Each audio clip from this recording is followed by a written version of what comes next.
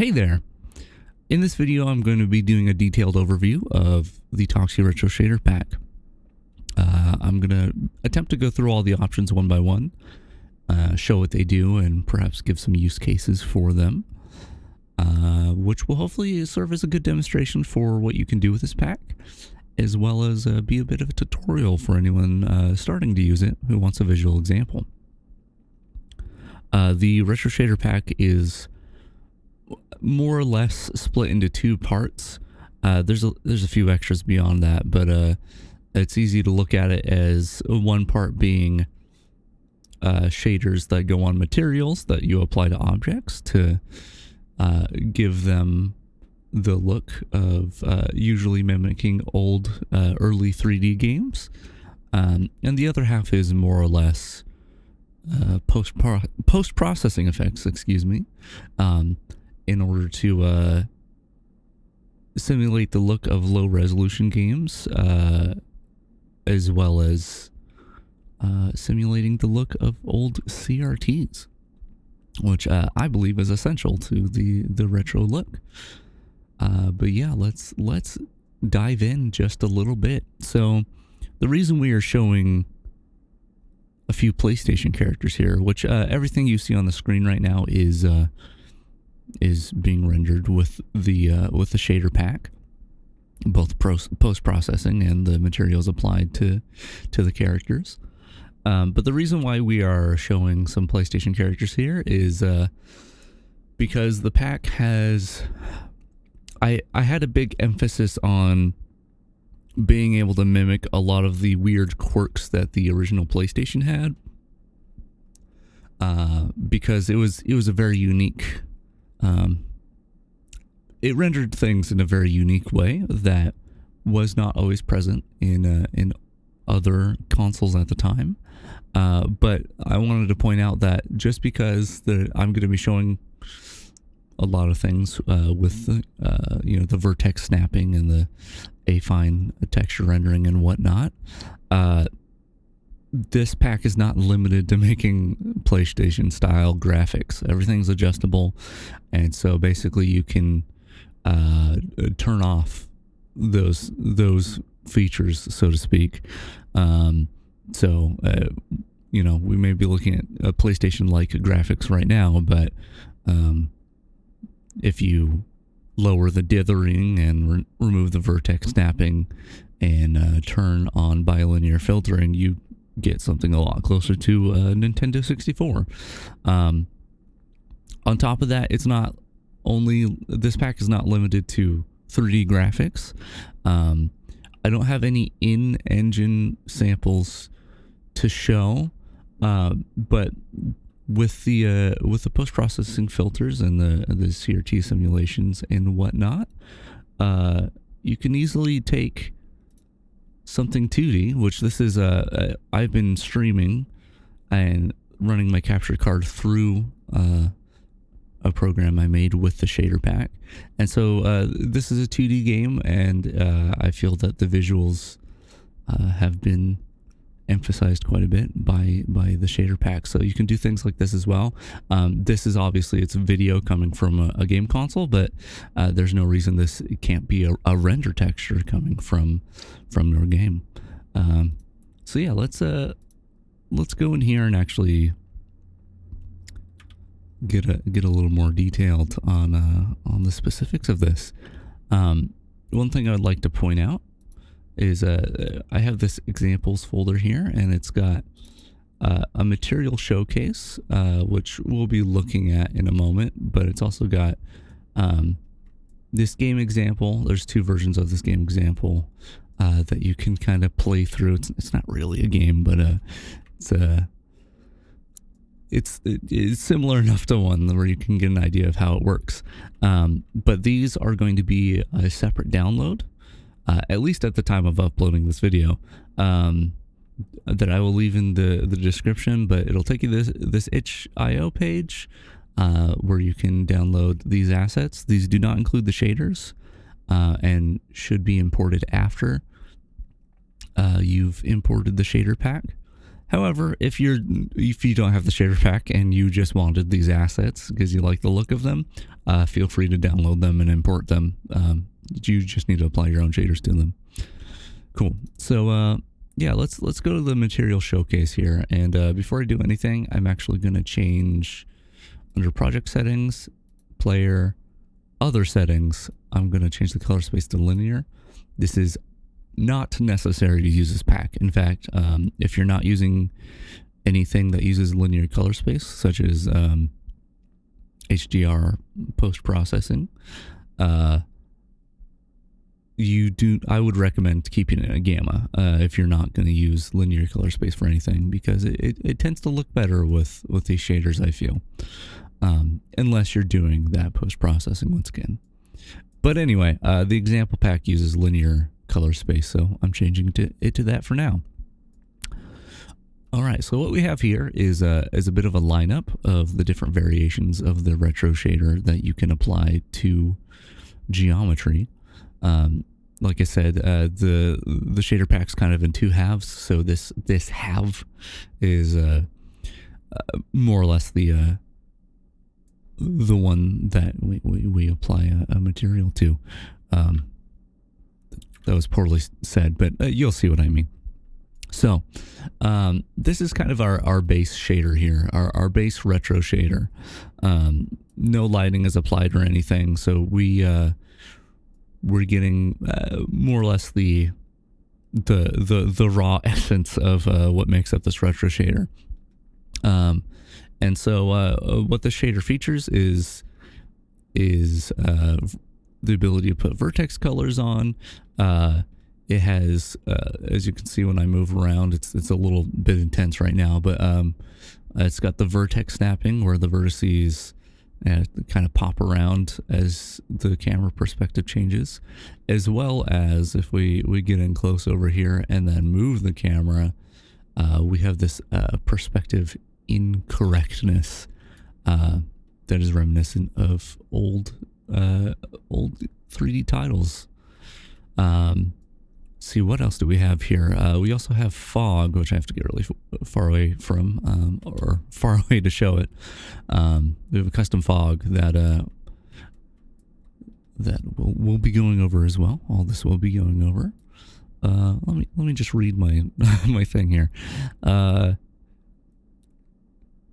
Right. I'll be going over the emissive map and such as well, but that's basically the base retro shader, you can think of it, and then everything else is a variation of that. So over here we have variations where you can either have reflections with a cube map or with Unity's reflection probes.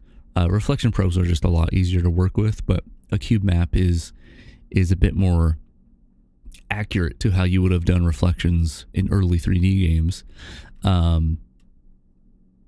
Which that's kind of a big thing with this pack, is I wanted a nice balance between ease of use, using modern tools such as the reflection probes, but I also kind of wanted some degree of accuracy to how you would have had to make games back in those days. So there are some things that we generally just don't do these days.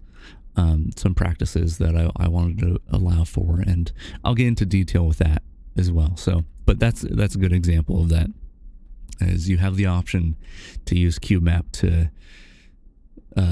reflections instead of reflection probes, which are a lot more powerful. We have this lit version of the shader using Garou-like shading. We'll get into what that is in a little bit, but we have that as a lit version, and I also have this version that instead of looking, mimicking the overall look of an old 3D game, it has the weird vertex snapping and incorrect perspective on the textures. But it uses physically based rendering. So if you wanted to mix both modern and old, it's kind of an interesting look, and you have that option here. And then finally in this list, we have just a simple blend shader. It's actually not based off of any of these. It's not a variation. I just wanted to add generally a simple shader for if you wanted to try to mimic the shading style of like pre-rendered cutscenes and things like that back in the day. Because way back when, just about everything pre-rendered was pre-rendered on a Silicon Graphics workstation, and so everything kind of had a very similar look. I don't know if the blend shader nails that look perfectly, but it was simple enough to put in here, and you get a pretty close result. I also added fog tessellation to the blend shader, which can smooth vertices out. So if you're using a lower poly model, you can kind of make it higher poly in a way, which once again might help make that pre-rendered look happen a little easier. But this is not the big focus of the pack, but I just want to point out that it is there. Cool. So let's go ahead and actually make a new scene, and let's just start messing around with the materials. And then once we're all done with that, we'll go ahead and look at the post-processing and a couple extra things as well. One thing to note, because I'm going to forget if I don't say it now, if we go into the shaders themselves, all of these shaders were made with Amplify Shader Editor. So if you own Amplify, you can go into any of these. Let's see. Let's grab this one. Maybe you can go into any of these with Amplify, and you can drill down and start editing to your heart's content. So if there's something that you want to add to this, or you want to simplify it, even some of the shaders, maybe you just want a couple options and remove everything else. As long as you have Amplify, you can do that. I mean, you can also go in and edit the text file as well and do it that way, but Amplify doesn't really make the most readable code in the shader, unfortunately. So yeah, that option is there, and I hope it gets used. Anyway, so let me make some objects here. Maybe make a couple cubes into, I don't know, a quad. That was a plane, not a quad. Sure. Maybe make it bigger. Rotate it, because that's fun. Anyway, and let's make a material. So I'm gonna go create material. We'll just call it retro mat. That works for me. And under ToxiJuice and retro, we have all the retro stuff, and we're gonna start with the unlit retro shader. So let me apply this to everything, and it's not gonna look like much at first because we got some settings to put in. So here's our custom inspector over here, which there's a couple things I want to note about the custom inspector. One is that if you have multiple materials and you want to edit multiple, you'll see as I selected another one here, it goes into a less organized default inspector. That's just because with Unity there seems to be a bug with how I've used custom inspectors, where if you're using a custom inspector, it messes with your values when doing multi-object editing. So just note that that's a thing. And something else is, in this custom inspector, we have this button up in the top left that will cycle between a few themes. So if you like one of these visually better than the others, you have the option. It will also change depending on if you're using the personal or the professional Unity theme. So keep that in mind. Cool. So let's start at the top here and work our way down. So first of all, pretty standard stuff. We have our base color. which we can select a texture for, or we can, just choose a color if we so desire. And of course, if we bring a texture in here and change the base color, it will tint the texture. And of course, you've got your tiling and your offsets. That's pretty standard stuff. And another thing to note before I actually move on to the emission map, which is pretty simple, but there are things to go into with that, is I wanted to talk about the vertex colors, because it's not an option or anything in this menu. But if your model has vertex colors, it will also multiply it with the texture like this base color does, which can be used for a lot of things. Let me go ahead and save this scene, and go back to the demo I showed at the beginning here. Also, a thing to note, you get weird artifacts like this when you are in linear color space. So I'm going to switch that back to gamma for now. Anyway, that shows a good example, though, is that these models right here were ripped from all of these models were ripped from their respective games, and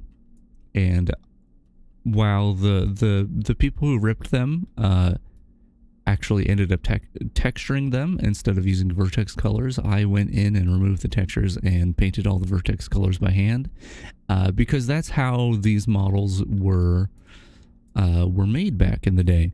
Is like on Crash here, the only textures he has is his shoes and his back here. The rest is all colored vertices, so no textures whatsoever. And same with Cloud, his eyes and mouth are textured, but everything else, the way you get these like highlights on here and the shadowing, is all vertex colors. And so I thought that was very important to have support for vertex colors, because that is something that is a big part of how you can get that retro look. So I'm going to actually up the tiling here a bit and just show some examples of the vertex colors. So let me go to tools here. I'm going to be using Polybrush for this, which you can just download from the package manager here.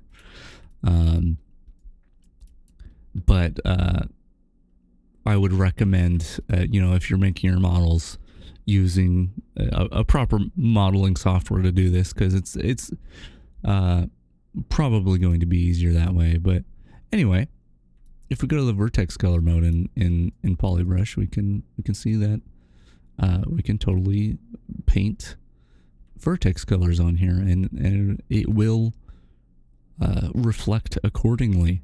And this is important not just because of just generally getting colors on things. Like actually, let me just do some examples. The reason I upped the tile count on this is one thing you can use the vertex colors for, which was used back in the day once again, is as you can kind of add smudges to places like this.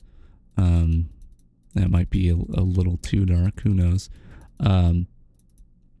But it can break up the monotony in the tiling of something. So while it is obvious that this is a tiling texture, if you were to place these smudges and darken certain areas accordingly, it would really break up that repetition. You could also do it something like this and be like, it's blood stained over there, or they spilled red wine, something like that. But the other thing this is also useful for is lighting, is faking lighting. So technically speaking, these models right here, hold on, there we go. These models here are all white. They're all white vertex colors. And so if we come in with a darker color, at the bottom here, and I might need to lower this a bit, come in and here and just evenly distribute our color. Let's do this maybe a little bit more here. You can make it look like something is let's reset the tiling. Something is darker at the bottom than at the top. So if you had a light shining down here, you can make it, you know, look a little more shadowed. You could even probably try to fake a shadow down here a little bit. Though we may not have enough vertices to make that look quite right. But yeah, vertex colors are very important to mimicking how the workflow was for early 3D games, but as a result of that, how it looks as well. So yeah, there's that. And I'm going to move on to the emission map now. And the reason why I wanted to talk about the vertex colors before the emission map is because that's one way to achieve a bit of lighting without, you know, on an unlit shader. And the other way is with the emission map, and I'll go into detail on how you can do this here. So same as the base color, you've got an emissive color you can change here, and we can choose a texture. I have a spotlight texture here that I used in the example project, so I'm going to do that. And as you can see here, it actually looks like there's a spotlight down on it. A very important thing to note is with the emission map, there's this option down here that says multiply emission with base color. And technically speaking, that's exactly what it does. But you want this checked generally speaking, if you want something to look like it has lighting casted on it, if you're trying to fake lighting on something. However, if you're trying to make something look like it's glowing, like say you have lava flowing in between the cracks of these bricks and you have a texture for that, or you know, you got some crazy cybernetics with electricity running through it, you'll probably want this unchecked, which will give you a much brighter result. However, it doesn't look quite as much like with lighting. So we're going to keep that checked to talk about our next piece of the emission map, and that is the UV set. So you have the option here to go between UV set 1 and UV set 2 on the emission map, and that is because once again, something that you could have done back in the day, or something similar at least. I don't know exactly how the exact method they would have done this, but one way you could have faked baked lighting is by using a separate UV map and sampling different parts of your emissive texture. So I have an example of this. If I open up Blender, this is one of the example scenes included in the example pack, and we have this room here that in Unity I actually have torches placed around here so they aren't just random lights on the wall, but I wanted to make it look like things were lit up on these walls, and I did that using the second UV map. So if we look at the first UV map, let's say at this portion right here, you'll see that it's pretty normal. It's twice as big as the actual, or 4 times as big. How do you? I mean, I guess that's 4 times as big. Anyway, it extends beyond the normal range in order to get more tiling, and you know I can demonstrate that here. But if we go to our second UV set and go ahead and change our image here to the spotlight, you'll see that we're actually sampling just from the middle of the spotlight texture, and that's because I wanted the whole thing look like it was lit up. If we go over here you'll see we're actually sampling from the edge of the spotlight. And so you could, you don't have to use a spotlight texture. You can use a tile map or something like that to have different lighting patterns and such. And then just on your second UV map, adjust where you want your light to be. And this is a lot more manual effort than actually baking lighting in Unity. However, it gives, I feel, once again, a much more authentic look. I wanted, once again, a balance between the ease of modern tools versus authenticity. So this is falls more in the authenticity category. But because of that, you can get really nice lighting results. Oh, you know what? Let me go back in Blender real quick. I just want to show if I go to here and look at just the vertex colors, you'll see that we have this pit here that looks like an endless pit because it just gets really dark and shadowed as it goes down.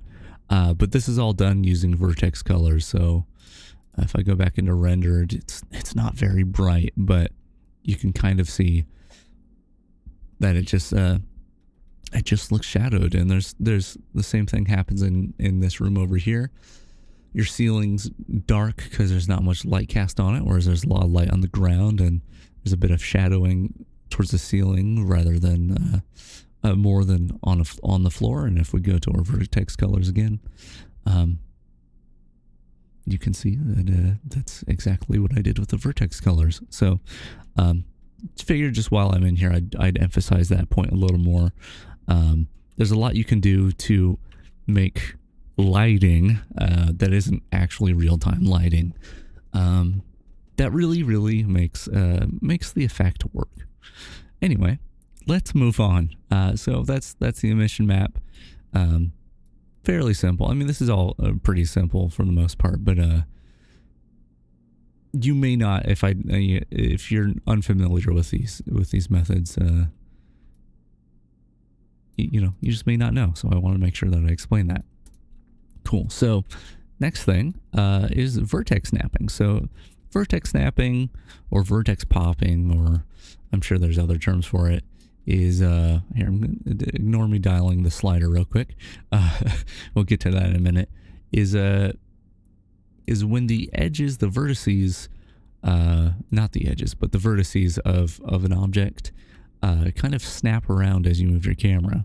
So it's very subtle right now, but if I move this snap amount down to say 15, you'll start to really see the effect. And so that's the effect that this section has to do with.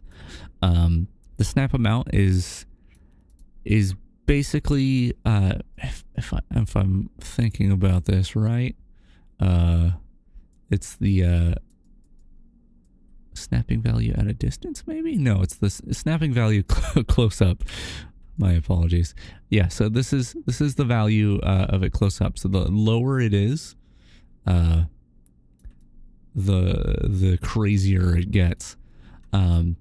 So this is when you're close up, this is the value the snap amount has, and then the minimum or snap min is the value of it at a long distance. So if we adjust this max depth here, you'll start to see things move a bit, and that's basically saying, okay, at this distance, I want this to be using the minimum snap amount rather than the regular snap amount.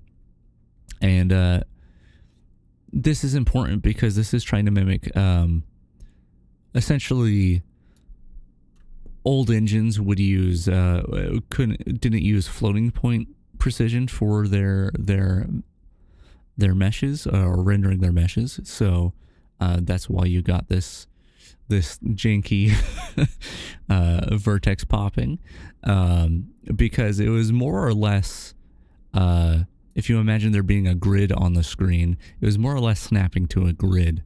And so technically speaking, something farther away will have less spots to snap to, and so that's why you have these fine adjustments here. So this is the depth at which you'll get that snapping, or that change in snapping amount, and then the ramp is just basically how quickly that distance changes from the minimum to the maximum. Generally speaking, you shouldn't have to change this from the default of 0.25, but if you want to fine adjust it, the option is there. So let me go ahead and actually adjust these a little bit so it's not so crazy, and we'll move on. So that's the vertex snapping. Right. So next is our there's a few things here. The first thing I want to talk about is the perspective correctness. So we're going to start in the middle here. And that is, as you may have seen when I slid it up, it is an adjustable slider for determining how correct the perspective will be when the camera is at a sharp angle from the object. This is called affine texture rendering, and back in the day, back in old 3D games, this was used extensively because it was a really fast way to render things, and so it's one of the ways you can achieve early 3D graphics is by having this type of perspective incorrectness. However, it can be really, really jarring with it off, or with the perspective correctness off all the way. So I made it a slider so you can actually have it somewhere in the middle if you wanted to. So this is all the way, this is all the way down, and this is somewhere in the middle. So still moves around, and if I get the camera really close, you'll get some crazy artifacts, but generally speaking, you get a much more subtle effect, which I think looks nice. But it's adjustable to your desire. The next thing I wanted to talk about is the Z offset factor over here. So if I move this object a bit closer, it'll be easier to demonstrate this way.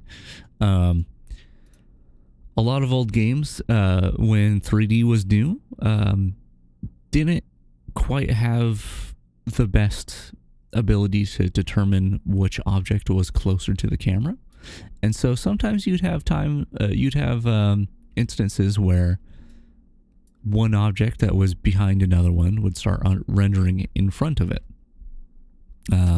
There's not a super duper easy way to like automate that in Unity, or at least I didn't find a way. However, on a per material basis, you can change this Z offset factor to kind of lie to the camera, so to speak, and tell it that an object is or a face is closer or farther away. So if I start bringing this down, I might have to bring it down pretty far. Yeah, you'll start to see that this cube over here is kind of peeking through this object here. And once again, this is on a per material basis, so you'll have to probably mess around with it on each material to get the right look, depending on what you're trying to render and how much you want it to do this weirdness. However, the option is here to mess around with that and make things render in the incorrect order, more or less. So that option's there. I'm going to go ahead and turn it off now, though. And finally, in this category, we just have the option to change your culling mode. So pretty standard. Back is the default. You can cull the front of something if you wanted to, in case you had a model that had reversed normals or something like that. You can do that. And probably more often is going to be used is no culling. So you get double-sided objects here. So it can go inside this cube, and whew, it's kind of crazy in here. Maybe we won't do that, but you can see the back face of this plane and quad and all that fun stuff. Cool. So now Now we're going to move on to fog, which we do have fog on, and there's a toggle here if you want this material to use the fog. However, a thing to note with the fog is this checkbox is the only thing that's per material. As you can see here in the variable names, everything else here is global. So everything that uses the retro shader will be affected by these values being changed. On top of that, if you're changing these fog values, because due to the fact of the way global variables work, if you're changing them from within the material inspector, that change will only be temporary and won't actually be saved. So if I change this, to green, and we say we actually want the fog to start immediately by changing our offset and change the distance like that. Maybe this is what we want. I don't know why you'd want this. Maybe you've got a poison area. Who knows? Let's say this is the fog we wanted though. If we were to restart Unity or change the scene or anything like that, this would just reset. And the way you prevent that is bringing in either making a new object and adding a let's see, shader, a ToxiRetro shader controller component to it, or you grab this prefab that I have in the pack and pop it in here. And you'll notice that as I bring it in here, the fog did in fact reset. And so we'd have to go back in here and change these values and whatnot again. But now these values will be loaded when this component is loaded, which is handy because that means that you can have different fog values, perhaps for different areas or different levels or something like that. So you could have it so you have a different one here, and we'll make it orange and fog distance is really close. You may have this, and so when this object is enabled, it'll change to those fog settings, and then when this object is enabled, it'll change to the other ones. And so you can have set up a trigger system where when your character walks into the trigger, it'll change to the fog. Another thing to note is that if you are adjusting the fog from the material inspector, let's say you want to just temporarily see how something would look. Say you made it black and something like that. This is how you wanted your fog, and you're like, oh no, I'll use the material inspector, but I really want this to be used in my scene. You just go to your shader controller and you click set fog from current values. Now keep in mind that this will only work if you already have a shader controller in your scene. If you just bring in a new shader controller, it'll reset it to default values. So keep that in mind. But yeah, so you saw me adjusting the values there, but basically fog offset is how far away from the camera the fog starts. So if I set these both to 0, so it's just a straight line, you can see as I bring this forward, 5 units away from the camera, the fog starts. And then fog distance is basically the length from where the fog starts to where the fog gets heaviest and obscures everything. So as I bring this forward, you'll see a gradient forming here, and say bring that to 5. So basically 5 away from the camera it starts, and then another 5 units from that it is the darkest it'll get. And this is actually really handy. Once again, if you don't know, this was used a lot in old video games to obscure the culling of objects and improve performance. So something that you would have is, let me move this camera over here and turn on, well, I don't need to turn on gizmos. Let's look through this game camera and set the far clipping plane to we'll set it to like 12. So that's a little bit past the what we set the fog to. So it's 5 and 5, so 10 units in front of the camera is where the fog is its darkest. So if we go just a little bit past that, anything that is fully obscured by fog will be not rendered. So this was used extensively in early 3D games, and it's a very obvious effect right now because of the skybox. But say we had a background that matched the fog, it just looks like it's being obscured by fog, and you wouldn't know that it stopped rendering. So that's the big use of the fog there. Cool. So that's pretty much all of the standard stuff. That was our base, our unlit shader. So let's go ahead and go to some of the variations of this shader, and view some of the changes that you may expect with those, and the things you can work with and whatnot. So once again, ToxiRetro. Right now we're on unlit, which is once again, it's basically our base shader. But let's go to grow lit. And I'm going to go ahead and turn off the emission map real quick. And right now, things are blindingly bright. And I believe that's due to the directional light. Yeah, so grow lighting or grow shading is, if I go to the Wikipedia page here, you can see some nice examples, and you could go to this page and read up on it. But I like these visuals here because it does a good demonstration of visually what grow shading does. But basically, it is lit on the vertices, and anywhere between the vertices, it just interpolates linearly. So you get this effect where when a light is near a vertice, it's super duper bright, and then anywhere in between, it's not so bright. So this is generally best used as supplemental real-time lighting.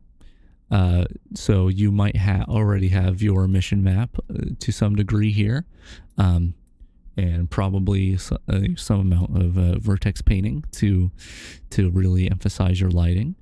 But you might have an object that needs to be rendered. The lighting needs to be rendered in real time, but you still want that retro lighting effect, and that's where this comes in. An example I can think of off the top of my head, which unfortunately I don't have a visual for this. I wish I did. But in the original Tomb Raider, or the first 3 original Tomb Raiders, you had a flare object that you could throw, and so anywhere you threw it, it would light up things in a very similar fashion to this. But anyway, let's go over the options for that. Basically, you just have these specularity settings here, and these are a little weird to work with, and that's partially due to just because Vertex lighting is weird. It's not as good as real-time lighting these days. But basically, you have 2 options here. You have your gloss and your power.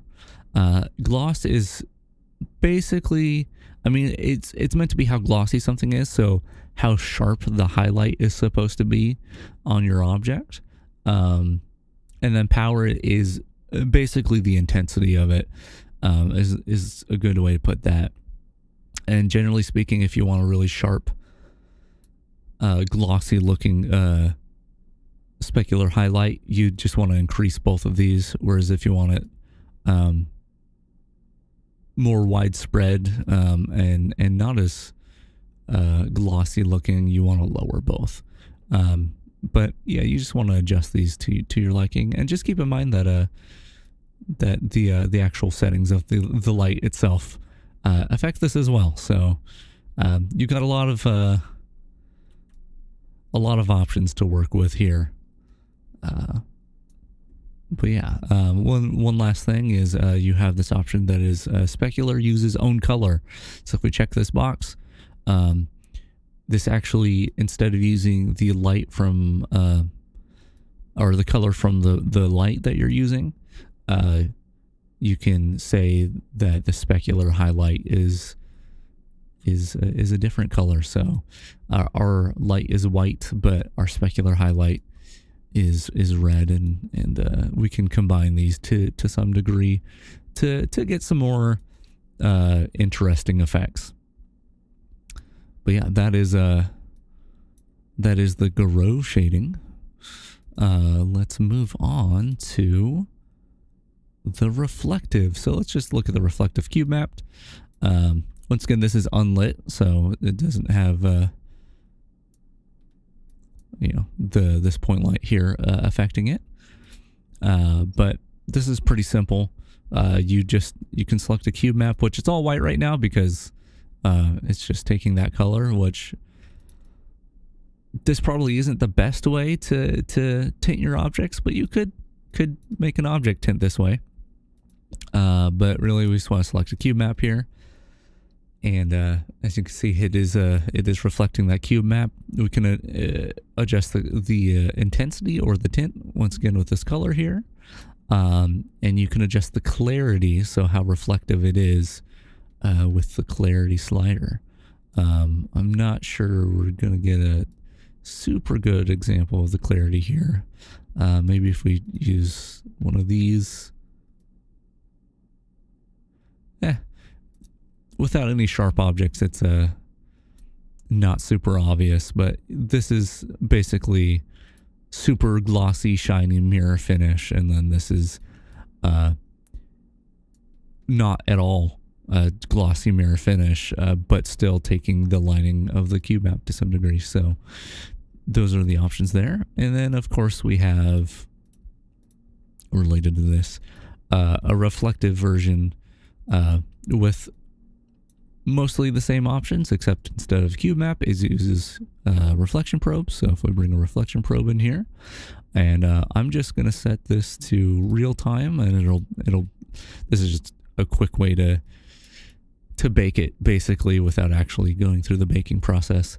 And as you can see, we've got this reflection probe that is, it's reflecting its own stuff right now, because this is not a properly set up scene or anything, but as you can see, it is doing reflections, and we can adjust the clarity and the tint / intensity here. So cool. That's those are your reflection options. Next, let's look at PBR, our physically based rendering. So this is our weird combination of our modern day physically based rendering with the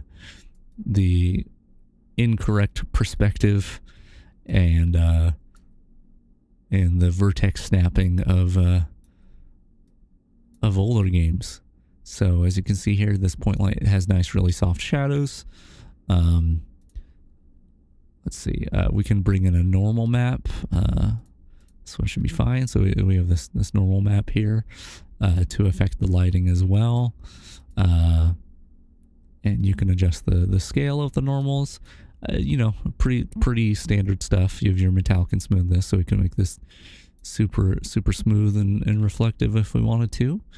But everything still has that really wonky,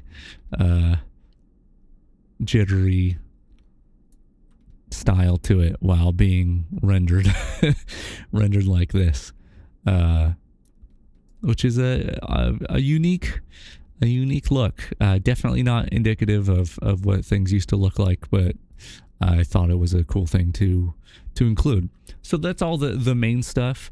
I'm going to go ahead and go in here and point out that there are transparent versions of the PBR shader, as well as the unlit shader, like so. And you have different options with the transparencies. So if you wanted things to be additive, you can make them additive, and multiplicative. But usually you'll just use an alpha blend and adjust things to your liking. And then you have all these options here, which aren't going to do much, but you have this alpha to coverage and alpha mask, which brings up this alpha mask clip. These are basically if you have cutouts like so, and they aren't rendering quite right, you can mess around with these options and fine tune them. But yeah, that's your transparent stuff. Not much to say about that. And then finally we have well, we're not going to worry about these yet, but we have that blend shader I talked about before. And I'm not sure if I'm going to be able to show the Phong tessellation properly here, but yeah, I don't think so. But this is tessellating these, I believe. Oh, actually, I probably need to bring this down, perhaps. Yeah, we're just not going to be able to see it. But if I go into wireframe, you'll see that there's a whole lot of triangles here, because this is tessellating them. So if you once again you want to make that pre-rendered look, you can tessellate your objects, and then the Phong tessellation doesn't really work on these sharp 90-degree corners, but maybe we can do it with a sphere. Let me see if it'll work with a sphere real quick. So let's go ahead and bring this in here. And adjust this. Yeah, not really seeing it with the sphere either. Here, let me bring this way down. Okay, you can kind of see it. You can see that the vertices are kind of bulging out as we bring this Phong tessellation strength up. And that's just to smooth out any vertices that you once again want to make look like it's pre-rendered, even if it's not. Yeah, so you can make things look quite smooth. I believe 0.5 is usually where you want to keep this, though. Cool. So that's the blend shader. Nothing too special about that. I don't really need to go over these. These are all fairly self-explanatory. Cool. So that was a lot to get through, admittedly. But I believe we covered the majority of the base retro shaders that are applied to objects. Next, let's look at post-processing. So I'm gonna go ahead and go into this scene. Sure, we can save this scene. That's fine. This scene with the PlayStation characters again, and as you'll notice, it's very pixely and whatnot, but we're going to go ahead and just remove the post-processing that exists and start from scratch. So this is what these models look like without any post-processing. And yeah, so the post-processing requires post-processing stack version 2 or higher. Currently I have tested it with version 3 and it works just fine. And this is, once again, under package manager, you'll go to Unity registry and get your post-processing package here. And then if you don't know how to use post-processing, I would recommend looking up a tutorial, but the short of it is you can make a post-process volume, and if it's going to be global, set it to global, put it on its own layer, and then under the camera, add a post-process layer, set to that layer, and you should be good to go. And then we're just going to create a new profile for this post-process volume. So before we really get into it, I'm also going to add a ToxiRetro shader controller, because there's this very important button here called Fix Post-Processing Order, which I've already done on this, but if you go to your camera with the post-process layer on it and go to custom effects sorting, by default, Unity likes to put things, I think, in this order, which these three post-processing effects need to be in the order of the dereser, the CRT base, and then the CRT bloom finally. It needs to be in that order in order for it to look correct. In a different order, it won't look quite right. So I added this button to the ToxiRetro shader controller to fix the post-processing order. And if we go back to the camera here, you'll see it is in the order that I put it in. So let's go back to our post-processing here, and we're going to add effects, ToxiRetro dereser. I'm also going to add CRT base and CRT bloom. These two unfortunately have to be separated into two different options. Well, they all three different options technically, but these two in particular are closely tied together. And yeah, there was no way around. There's no way to get around having it just be one post-processing effect, unfortunately. So there are two. But anyway, we're going to start with the dereser. So we're actually going to turn these off and click the all button here and get started. So our first option here is our lines of resolution. So you can think of this as the height of your resolution. There's no width option. And this is rendered in lines as well as a lot of other things in here, specifically because that's how old CRTs rendered things. It rendered it line by line. So 240 lines is 240p, which is what a lot of old games ran at, either 240 or 480 a lot of the time. But I'm going to put it to 240, and so that is 240 lines or 240p. Hopefully that makes sense. Next option we have is color depth. Now a lot of older consoles, not as much in the entering the 3D era, but there was a little bit of it. But a lot of older consoles had limited color depth, and so one of the ways you can achieve this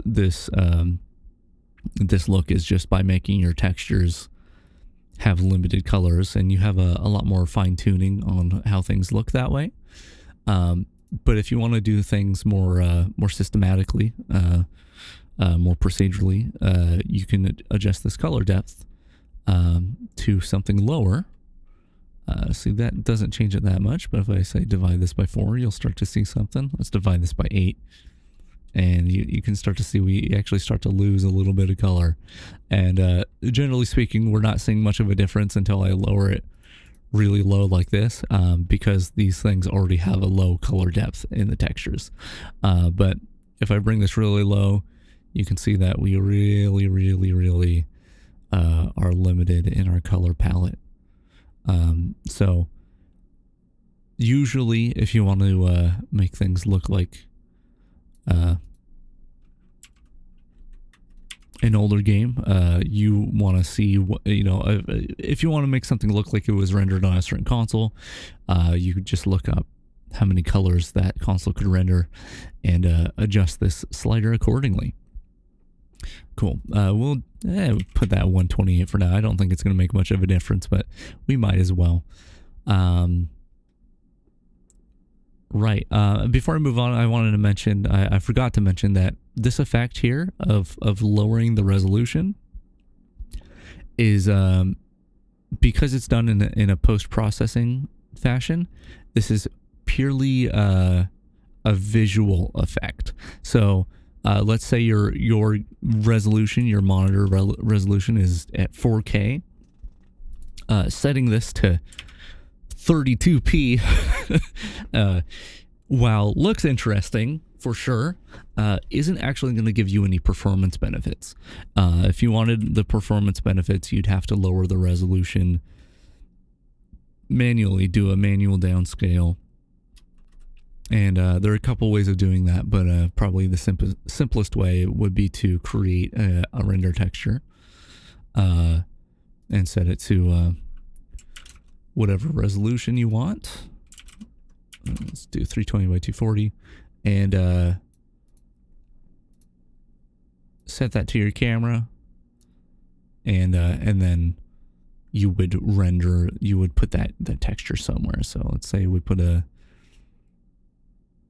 quad here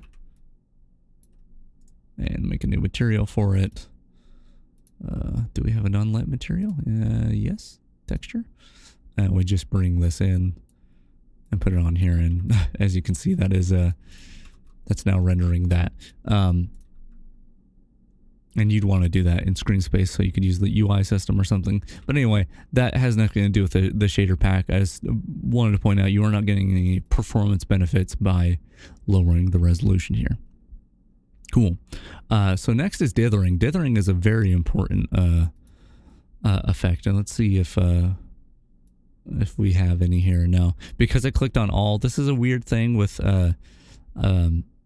setting this option here.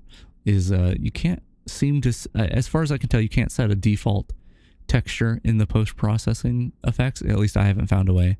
So I'm going to go ahead and actually bring in the dither pattern it should be using.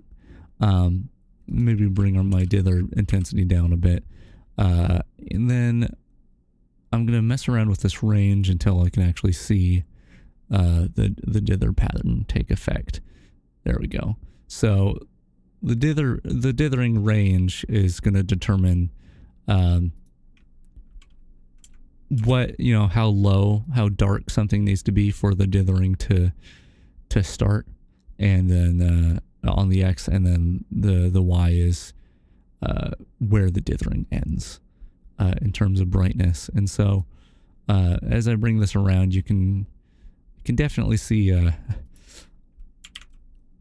effect happening. If we look at Cloud's boots here, we've got dithering on there, and some around his waist, and all that fun stuff. But dithering was used quite a bit on a lot of old consoles, whether it be 3D or 2D, in order to smooth the looks of graphics out. So you had this limited color palette here.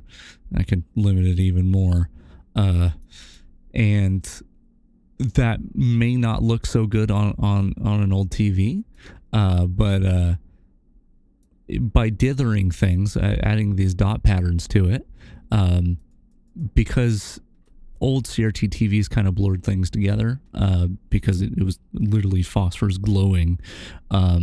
It gave the effect of smoother gradients and more color depth.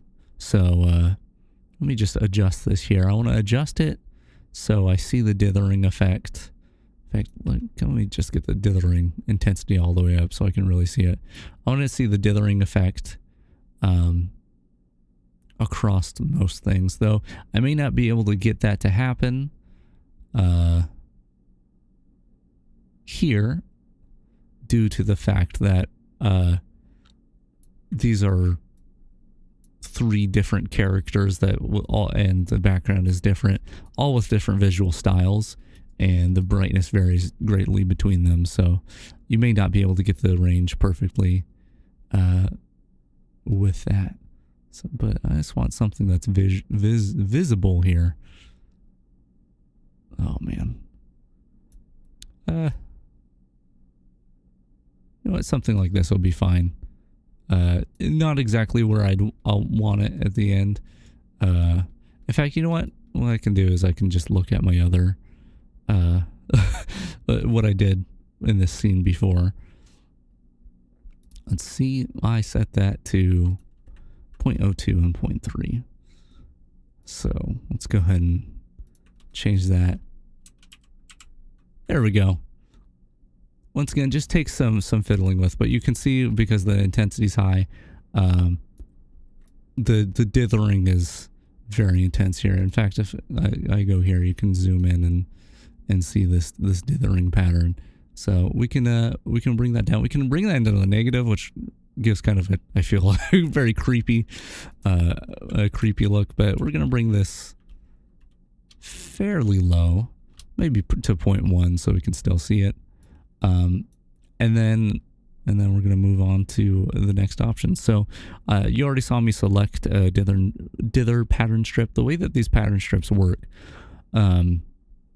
is there's a couple things you need to supply to the shader in order for it to render properly. But first of all, your dither pattern needs to let's look at this one. Needs to be a set of squares with an equal height and width. So I believe all these squares are 16 by 16. And so there's one square for your darkest, next for a little bit lighter, next for a little bit lighter, and so on until you get to your brightest areas. This is, this being the pattern you want at your brightest, this being the pattern you want at your darkest, and this being the pattern you want in the middle. And it all needs to be in a strip like this, so you can't have two rows. Next, if I go back to the post-processing, so we have this tiles, and that is the amount of tiles. Let me open this back up. This is a different one, but the amount of tiles. So this has 1, 2, 3, 4, 5, 6, 7, 8, 9. Yep, 9 tiles. Let's go back here. So that first one I showed you was 16 by 16 per tile, and there were 21 tiles. So we entered that here, and all the dither patterns that I have included here, I included the amount of tiles and pixels so you don't have to do any guesswork. I wish I could automate this, but there's unfortunately not a way. But yeah, one thing to note if you are making your own is you want to set your, in your texture options here, you want to set your under advanced non-power to 2 to none.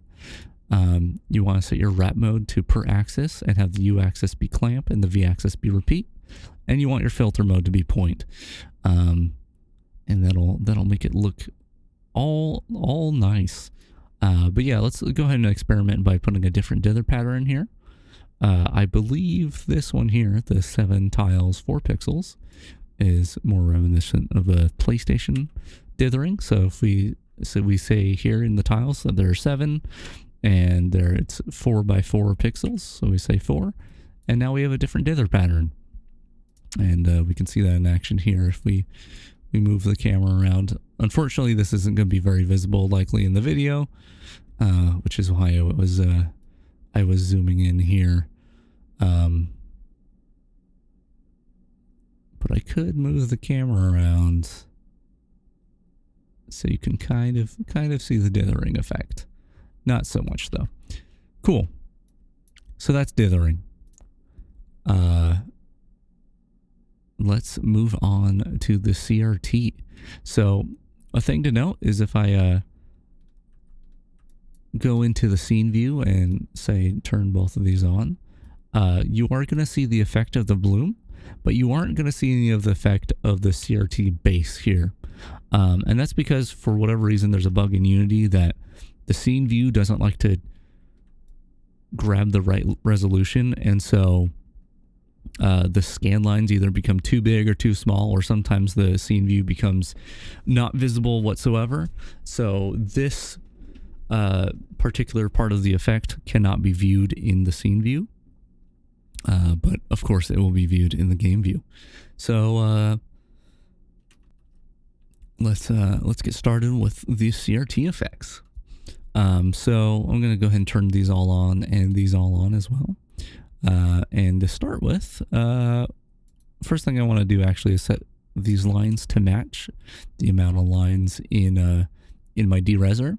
This is actually not necessary. You can actually vary this up. You could have, 480 lines in the dereser, but 240 lines in the scan lines, and that'll be a different effect than if you have them match. However, personally, I think they look best when they match. It should be a 1-to-1. Each pixel should be matching with the scan line. And if we zoom in here, you can see we do have scan lines. Let's move back out a bit and mess with the other settings. So the idea here with these post-processing effects is to simulate the look of a CRT. And if you don't know, old CRTs, once again, I talked about how the they would glow a lot. It's literally a laser, like a crazy laser that hits phosphors in a screen, and it lights them up, and it creates a really nice glowing quality. And the idea here is that we want to make our scan lines the way we want, and then in order to make it so these scan lines don't look very dull and dark, we want to go into our bloom and adjust it so we get that glow and kind of close the gap in between each scan line, so it's more of a subtle effect.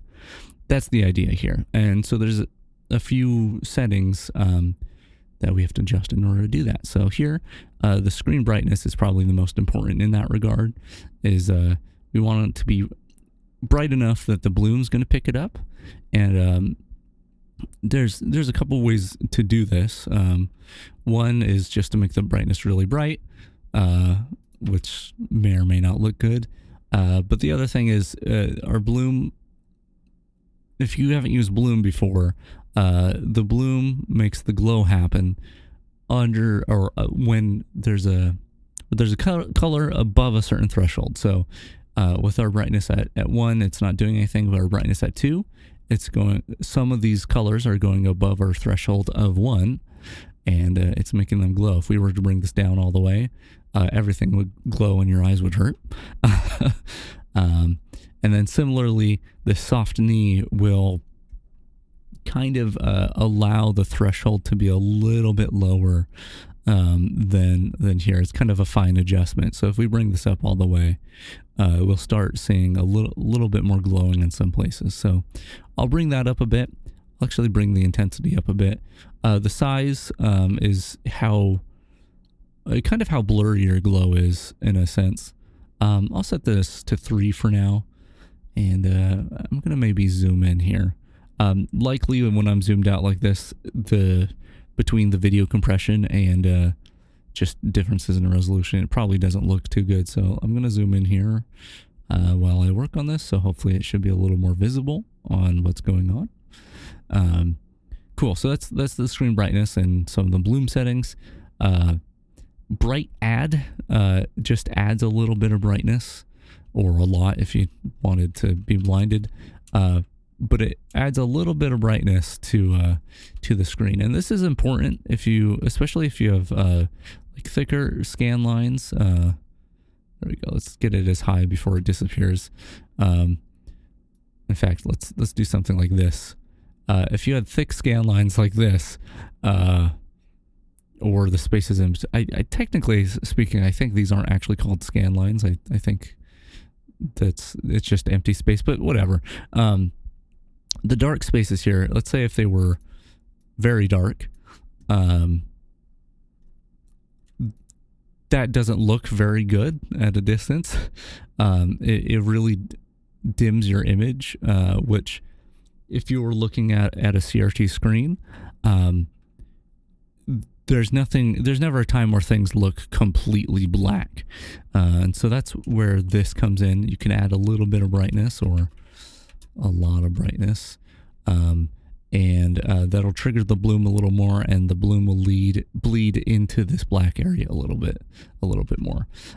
Generally speaking, I would keep that pretty low. But adjust it to your liking. Another thing to note here, where was I? Is the screen bright clamp. So let's actually bring this up a bit, something like that. And if we bring this clamp down, this will clamp the values at which at like how bright the brightness can go after these are affected, and it'll give this really awful low contrast look to it, which personally I don't like, but that might be something that you're actually going for. So that's why that's there. So if you want to clamp your brightness, you have the option 2 there. Let's do like 2.2 maybe. Cool.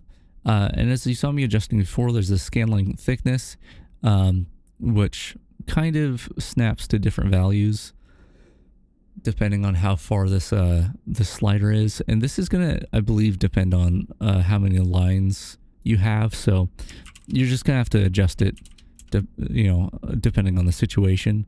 But this is gonna determine kind of the prominence of your scan lines.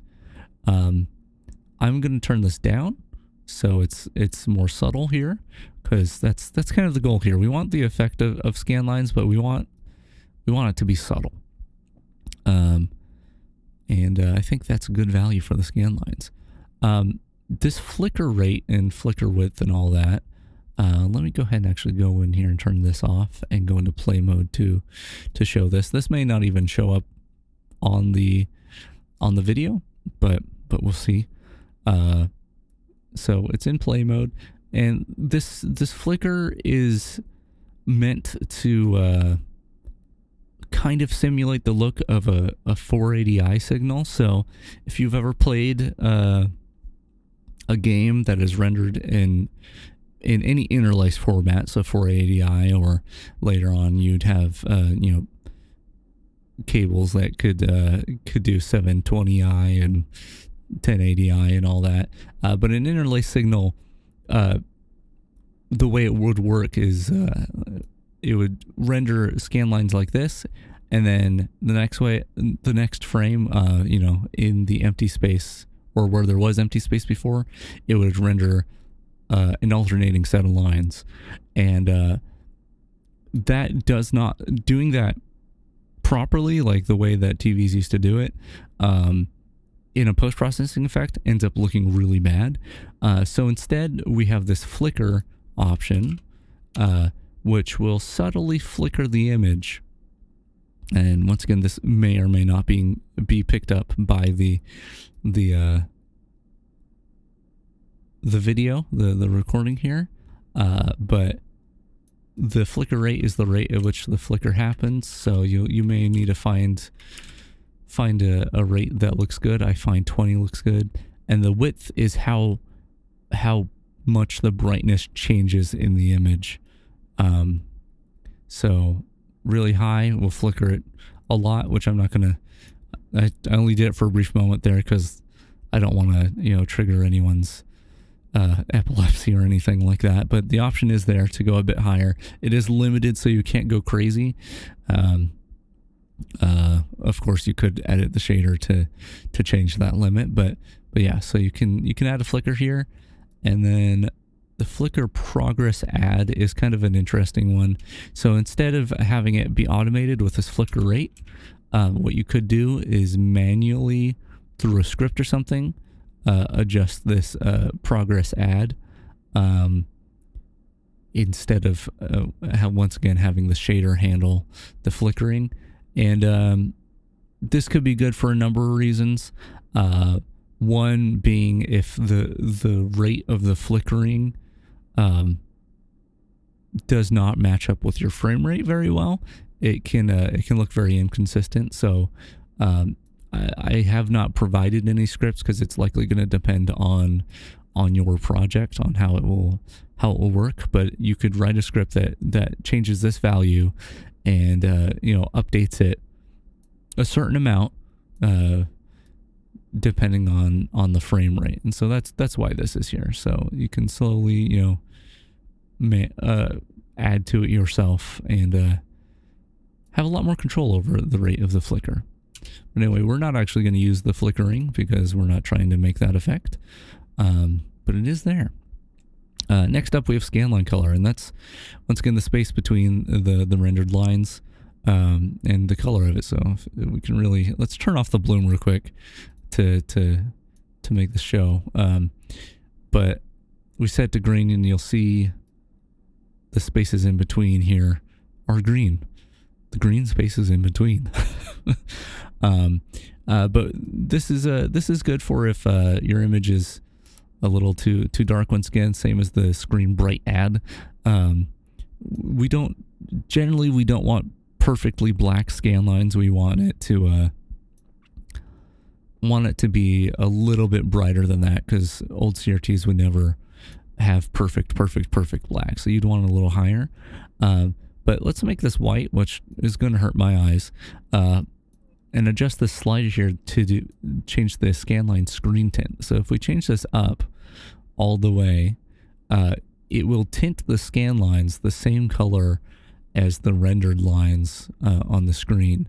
And that way you can get more fine control, so you can make this even more subtle here by moving the scan line thickness down and changing that. I'm going to actually move this up a bit. And then you can change the color of it. You can either tint it a little bit if you wanted to. You can add like a green tint if you want to simulate one of those really awful old plasma displays with horrible tint settings. I'd seen a couple of those in my time, but more importantly, you kind of have this intensity and tint option now if you choose to go that route. And we are going to do that. We're going to do maybe a little bit like that. And so that's how our scan lines look. I'm going to zoom out and see how it looks. Not too bad, honestly. Not too bad. So I'm going to actually just keep the bloom off for now, because we're probably going to have to readjust it again. And we're going to look at the color shifting here. So this here, this option right here is, the separation of colors vertically, so up and down. And usually you want some very, very small values here. But as you can see, as I add values here, the red, green, and blue channels vertically begin to separate. And you might want this to be higher. You might want it to be lower, depending on... Oh, that's the distortion. Oh, I skipped over the distortion. Let's just talk about that real quick. It's a distortion slider to make it more tube-like, or more tube TV-like. I recommend not putting this up very high, but maybe a little bit like that. Anyway, back to the vertical color separation. As you can see here, it separates the colors, which can add to the effect. Usually I have this quite low, like that. It's a very subtle effect, but maybe add just a tiny bit more. But you can kind of see it here on the edges of things. There's a little bit of blue here, a little bit of red here, due to that color separation. But more fine-tuned controls per channel can be done down here. So say we wanted to move our red channel to the left a little bit, we just move that up. And once again, subtlety is going to be your friend here. And if we look at that now, we have a little bit of a convergence issue. This is what you would call convergence on an old CRT display. Although it's not quite accurate, because there were different types of convergence depending on where in the screen it was. This is just overall the whole screen. Anyway, so if you wanted your red color to be offset a little bit and it's not a perfect screen, you could do that. Maybe change your green a little bit if you like the look of that, or maybe your blues up a tiny amount. There's a lot of options you could do here, but I'm just going to keep it at that. And we're going to go back to the bloom, which, as you can see, as we adjusted everything else, it made the input into the bloom brighter. And so things are glowing maybe a bit too much now. So let's go ahead and bring the intensity back down. Maybe we could have a size of 4. Maybe adjust the softening a little bit. And I'm probably going to go up here to the brightness of the screen and lower it a bit. Probably something around there. It's not perfect, but maybe bring the intensity down just a little bit. But we do have a glowing visual here. So I'm actually going to go out of play mode. I don't need to be in play mode right now. But let me zoom in here just so you can see the fine detail a bit. This is the result of all the post-processing. I find when you adjust these correctly, you can get a really, really nice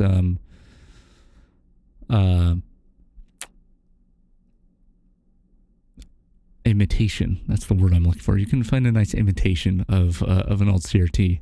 Now it's never going to be as good. I love the way old CRTs look, but you can really give the impression that you're playing an old game on an old TV by adjusting these settings. And if we just want to look between no post-processing and post-processing, you can definitely see the effect that is made by adding these effects. So those are the post-processing effects. Cool. So I think the last thing we have to talk about is the CRT in a world space. So if I go once again to the example package and go to my game example world CRT, we get this scene here with a generic CRT that looks like an old PVM, and it is rendering an image on it, which if I press play here, it'll start to play the demo, and you can look around by moving the mouse and seeing, I can zoom in as well, and seeing the look of this physically based CRT. So let me get out of here, and I'm actually going to go back into linear color space because that's what it was designed for. And yeah, so this is a shader that if I go into the material here, select material, you'll see it just takes a render texture like I talked about before as the screen image, and you have a tint option here. And once again, sorry, this is under ToxiRetro other CRT. This is CRT unlit. You can do CRT, which adds a little bit of options to add like a glare as if there's glass that you're looking at. So can adjust that to your liking. It also adds a little bit of parallax to the screen to make it look like it's actually the screen itself is pushed a little bit further away from the glass. But anyway, I'm going to go back to the unlit one. And yeah, this is if you aren't going to be making, or you don't want to be displaying your game in screen space. Let's say there's a handful of things you could do with this, but this is for, let's say you were making one of those cool VR emulators where you have a VR headset on, and it looks like you're playing on an arcade cabinet that's emulated games. This would be perfect for something like that, where you don't actually want the entire screen to look like a CRT, but rather just a single texture or a render texture that's rendering something else, something like that. And the really nice thing about this one is if we zoom in here, as we get closer, we can actually see the separate dots that make up the image. And I think that looks really nice. And we have a lot of options for this dot pattern, a lot of customizability. So if we go back into this material here, once again, I showed you there's a tint. This looks really cool, by the way. if we do this and start rotating through the colors, I think it looks awesome. Anyway, we're going to change the tint back to white. You do have your tiling and offset, which doesn't make much of a difference most of the time, but if you're doing something like I did once again here, a lot of old consoles vary on like overscan and where the actual output of the screen is, and so the ability to change this tiling and offset actually comes in handy when you're doing something like that. But yeah, we also have screen brightness settings. So if you want it to seem like you have a nuclear powered CRT, there you go. And then we have the option that's dots per line and lines. So lines, once again, is your height of your resolution. So if we wanted it to be 240p, we would set that to 240. But we also have an option for dots per line, which is essentially our width. You want your width and height to match the aspect ratio of what you're putting in there in order to get perfect circles. Sorry, I put 480. I want 320 by 240. However, something you may want to do instead is actually change this the dots per line to be a lot higher, and then you end up getting more of these vertical stripes, which is how some old CRTs would render things, and so that might be a better option for you.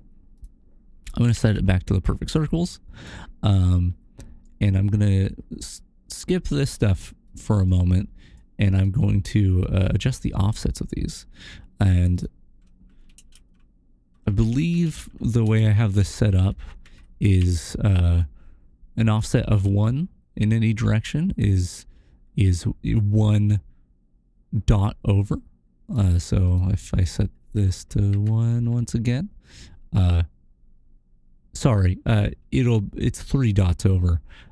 So when I set this to 1, this dot actually jumps over here, and vice versa. Actually, it's to the left. So you'll see that this dot actually moves 1 unit over. So that is 1 unit. It is the width of 3 circles. So boop, boop, boop. So keep that in mind. And with that in mind, you can do some cool stuff. So you can actually change your dot pattern. Let's say we want these to be 0.5 lower than the red. And so now you have this this like more uniform triad dot pattern, which looks a little bit different. Or we can move them a bit closer together. So let's say it's 0.3 on each of these, and maybe the green is 0.1 closer and the blue is 0.1 closer. And so we have closer clusters, which is another way that some CRTs could have done things. It can't emulate the look of every CRT because there's a lot of different ways to render an image on the screen with a CRT, but this should be a pretty reasonable and adjustable way of getting a physical world space CRT. So those are the dot patterns, like offsets. The fall off here is how soft these dots are. So actually, let me zoom in even farther. So all the way at 0, pretty soft circles. And then all the way up is sharper than sharp circles, which you probably don't want. You probably want it at least a little bit soft. So you can change that to your liking. And then finally, we have this dot fade distance. So a thing to note is the way that this actually works is when you are at a distance, it does something much closer to the scan lines of the post-processing, where it's just line, blank line, line, blank line, line, blank line. And we interpolate between that and the dot pattern based off of a certain distance. And that's because, and this may not be super visible in the video, but let's say I bring this dot fade distance way up. The image gets really dim and looks really weird. You get this like crazy moire pattern. And that just isn't very usable. So if we change this dot fade distance, we can determine how far away we are before we start seeing those dots at all. So if I bring this way down, you can see the what is more of the scan lines and not the dots. You can actually see here my camera gets close enough for the dots to start showing up. Usually you don't want this. You want it a bit farther, but if I bring it all the way up, you can see that it's just, this is what just the pure dots look like. So yeah, you just want to find a nice in between so it fades in nicely. Maybe something like this. And that's more or less all there is to say about the world space CRT. The only other thing in these shaders is let's see, under other we have this loading bar. This is just included with the example pack because there is a if I do this, there's a loading screen, which actually I wonder if I press play if it'll actually, yeah. There's this fake loading screen, and that shader is just this loading bar. It's not really really that important, but let's see. Can I look at the loading bar? This material just takes two colors and makes a gradient between them and as a border and whatnot. This isn't really a part of the shader pack. Technically, it's just a part of the example to show this loading screen, but that is there if you want to mess around with it. And I think that's about it. Let me just think for a moment here. Yeah, I mean, it took a long while, but I believe that is it for my detailed demonstration of the ToxiRetro shader pack. If I forgot anything, I'll put it down in the comments of the video, and I'll put any relevant links in the description. So the link to get the shader pack, as well as the examples for the shader pack, and anything else that's relevant. If you have any questions, either leave a comment, or if you've downloaded the pack, you should theoretically have a support email that will reach me, that you can contact me through there. But yeah, hopefully I explained things well enough. I would hope so, if it took me over an hour and a half to do so. And yeah, thanks for checking it out. I hope you make some cool retro looking games with this. See you later.